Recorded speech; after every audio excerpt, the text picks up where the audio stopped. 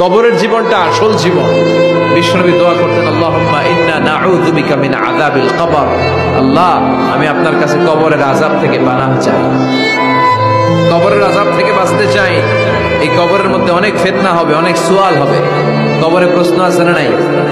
কথা বলেন। প্রথম প্রশ্ন জিজ্ঞেস করা হবে, মার রব্বুক, তোমার রব কে? বলেন, আমাদের রব কে? ওয়া মা দীনুক, তোমার ধর্ম কি? বিষ্ণুবীর চেহারা দেখিয়ে বলা হবে, আতাআরিফু মান হাযা রাজুল, এই লোকটারে চিনো? আমরা কি বলবো?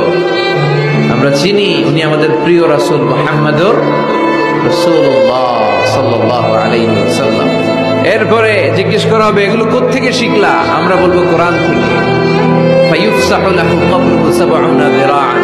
সুন্দর সুন্দর উত্তর করতে পারলে আপনার কবরটারে ৭০ হাত লম্বা করে দেওয়া হবে। ইফতাহু লাহু বাবুন ইলাল জান্নাহ, জান্নাতের দিকে একটা দরজা লাগিয়ে